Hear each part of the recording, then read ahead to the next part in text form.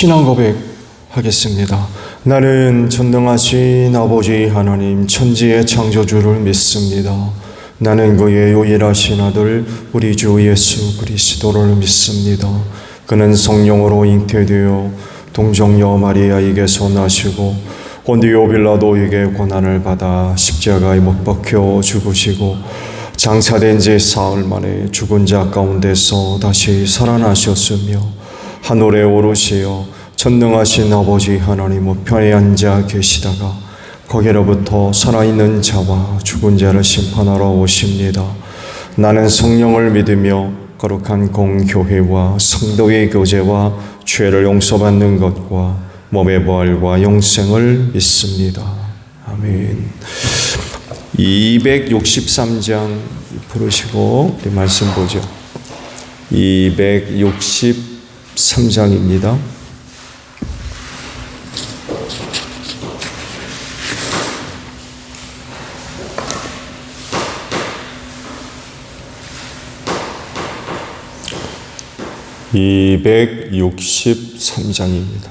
이 세상 험하고 나 비록 약하나 늘 기도 힘쓰면 큰 권능 얻겠네. 주의 은혜로 대속받아서 피와 같이 붉은 죄눈 같이 희겐데 주님의 권능은 한없이 크오니 돌 같은 내 마음 건너겨 주소서. 주의 은혜로 대속받아서 피와 같이 붉은 죄눈 같이 희겐데 내 마음이 약하여 늘 넘어지오니 주 예수 힘주사 굳세게 하소서. 주의 은혜로 대속받아서 피와 같이 붉은 죄눈 같이 희겐데 죄사함 받은 후 새 사람 되어서 주 앞에 서는 날 늘 찬송하겠네. 주의 은혜로 대속받아서 피와 같이 붉은 죄눈 같이 희겠네. 아멘. 말씀을 봅니다. 사무엘하 21장이에요. 1절로 14절까지 봅니다. 사무엘하 21장 1절에서 14절입니다. 다윗 시대에 새해 동안이나 흉년이 들었다. 다윗이 주님 앞에 나아가서 그 곡절을 물으니 주님께서 대답하셨다. 사울과 그 집안이 기브온 사람을 죽여 살인죄를 지은 탓이다. 다윗은 기브온 사람을 불러다가 물어보았다. 기브온 사람은 본래 이스라엘 백성의 자손이 아니라 아모리 사람 가운데서 살아남은 사람들이며 이미 이스라엘 백성이 그들을 살려주겠다고 맹세하였는데도 사울은 이스라엘과 유다 백성을 편파적으로 사랑한 나머지 할 수 있는 대로 그들을 다 죽이려고 하였다. 다윗이 기브온 사람에게 물었다. 내가 당신들에게 어떻게 하면 좋겠소? 내가 무엇으로 보상을 하여야 주님의 소유인 이 백성에게 복을 빌어 주시겠소?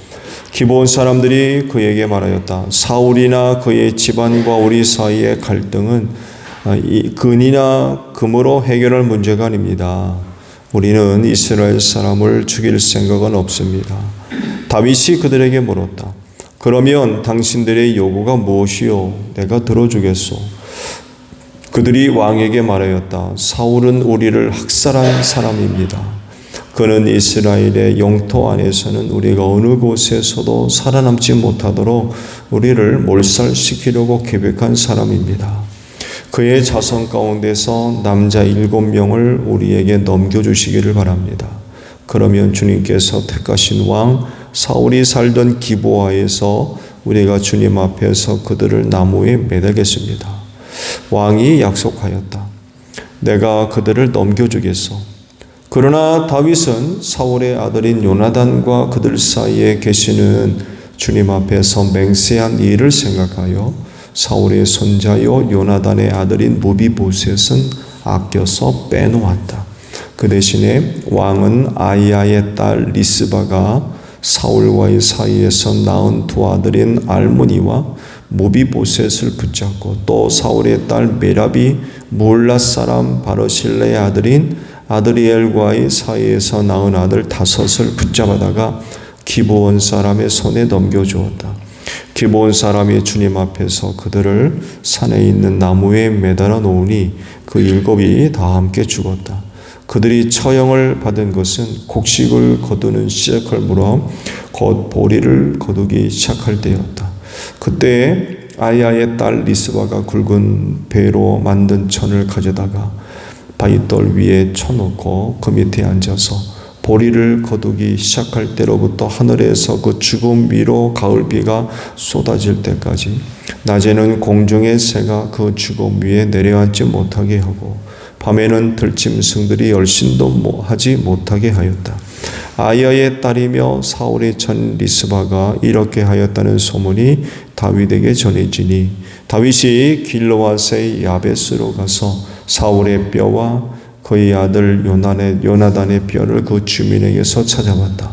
블레셋 사람이 길보아 산에서 사울을 죽일 때에 블레셋 사람이 사울과 요나단의 시신을 벳산의 광장에 매달아 두었는데 거기에서 그 시신을 몰래 거두어간 이들이 바로 길르앗의 야베스의 주민이다. 다윗이 이렇게 사울의 뼈와 그의 아들 요나단의 뼈를 거기에서 가지고 올라오니 사람들이 나무에 매달아 죽인 다른 사람들의 뼈도 모아서 사울의 뼈와 그 아들 요나단의 뼈와 함께 베냐민 지파의 땅의 셀라에 있는 사울의 아버지 기스의 무덤에 합장하였다. 사람들이 다윗이 지시한 모든 명령을 따라서 그대로 한 뒤에야 하나님이 그 땅을 돌보아 주시기를 비는 그들의 기도를 들어주셨다. 아멘. 오늘 아침에는요 1절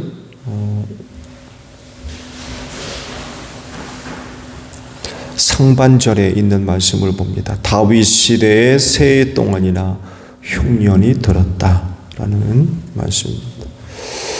죄의 문제는 영원히 없어지거나 가려지거나 또 숨겨질 수 없고 잊혀질 수 없습니다. 이거 왜 그럴까요?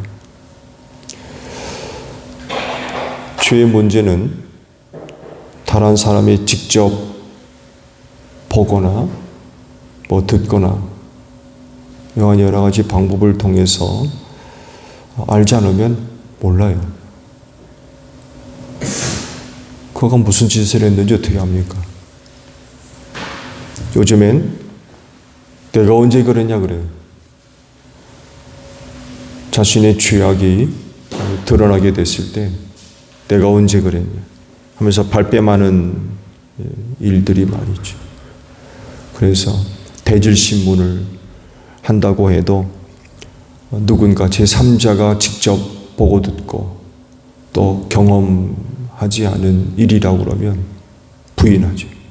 내가 언제 그랬네요. 확인할 길이 없는 거예요. 거짓말, 둘 중에 하나는 거짓말하는데 확실한 증거가 없기 때문에 이게 분별해낼 수가 없는 거예요. 그렇지만 죄는 없어지지 않습니다. 당사자가 이 세상에 없어도 그 죄는 결코 없어지지 않습니다. 죄는 남아서 여전히 악한 영향을 끼치는 게 죄입니다. 왜 그럴까요? 하나님 때문에 그래요. 하나님이 계시기 때문에. 죄 지은 당사자가 없으면 죄도 없어지고 시간이 지나면 잊혀지고 지워지고 사라지지만 하나님 앞에서는 죄의 문제는 결코 없어지지 않습니다. 그렇기 때문에 반드시 죄의 문제는 해결하고 넘어가야 돼요. 하나님으로부터 용서받아야 된다는 거예요. 그거 절대로 대충 넘어가지 않습니다.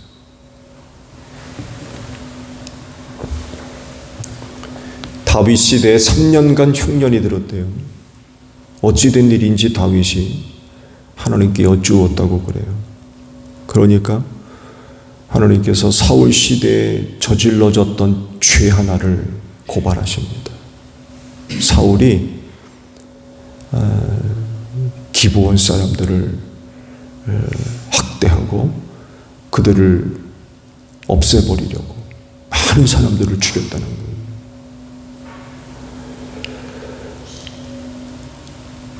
말씀에도 있듯이 기브온 사람들은 이스라엘 자손이 아니라는 거예요. 혈육이 아니라는 거죠. 가나안 부족의 한 사람들이었습니다. 가나안 정복 때에 이들이 여호수아를 속이고 멀리 사는 사람들처럼 그렇게 꾸미고 와서는 이 땅의 사람들과 전혀 상관없는 사람들처럼 그랬다가 여호수아가 좀 더 자세하게 알아봐야 되는데 그런 줄로만 알고 살려주겠다 하고 맹세를 하죠. 여호와 이름으로. 그걸 보니까 가나안 부족이 하나였습니다. 속은 거죠. 근데 맹세를 했기 때문에 죽일 수가 없었던 거예요. 그래서 이스라엘 백성들 가운데 섞여 살았던 거죠. 이걸 사울이 못마땅하게 여어서 이 사람들을 많이 그렇게 학대하고 멸절시키려고까지 했었다는 거예요. 이게 원인이 돼가지고 다윗 시대에 이르러서 3년 동안이나 비가 오지 않았다.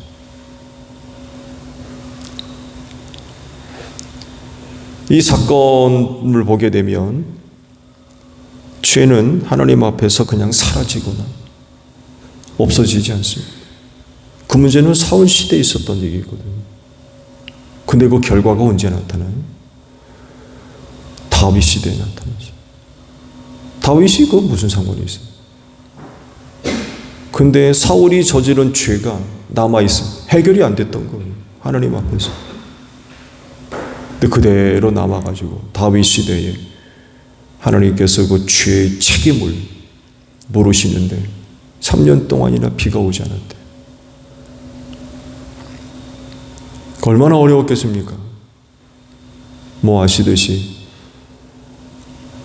이스라엘 백성들이 짓는 농사나 대부분이 비로 짓는 게 아니라 이슬로 짓거든요. 뭐 말도 못하기 힘들었을 겁니다. 비가 오지 않으니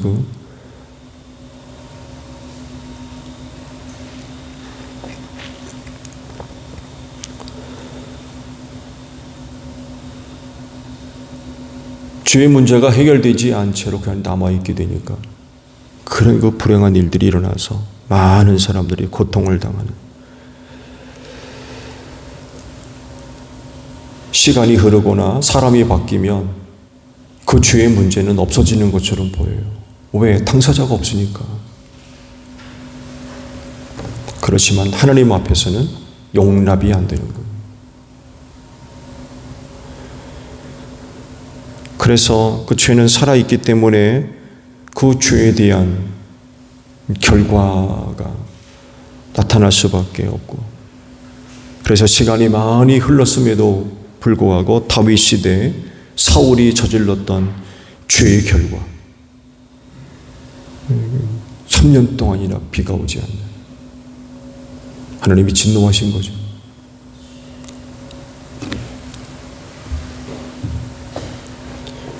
하나님은 죄의 문제를 결코 간과하지 않습니다. 만약 죄의 문제들을 그렇게 다루시는 분이라고 하면 아담과 하와에 관한 죄의 책임 묻지 않으셨을 겁니다. 그런데 하나님은 죄의 문제를 심각하게 보시고 또 진지하게 다루시기 때문에 죄 지은 사람은 어떻게 해서든지 간에 해결해야 돼요. 반드시 해결하고 넘어가야 됩니다. 그거 절대로 가볍게 여기시면 안 됩니다. 반드시 하나님께서 죄 문제를 다루시고 갚으십니다. 그래서 반드시 이 문제는 해결해야 되고요. 그래서 하나님은 속죄 제사를 마련하셔서 죄의 문제를 해결하게 하셨죠. 뿐만 아니라 십자가를 마련하셨어요. 죄 문제 해결하라고. 이런 내용들을 볼 때 하나님은 죄를 심판하시는 분이면서 또한 해결할 수 있는 길을 마련해 놓으셨다는 거죠. 만약 심판만 하시는 분이라고 하면 이 세상에 살아남을 자는 한 사람도 없을 겁니다. 그렇지만 해결할 길을 마련하셨기 때문에 죄인이 사는 겁니다.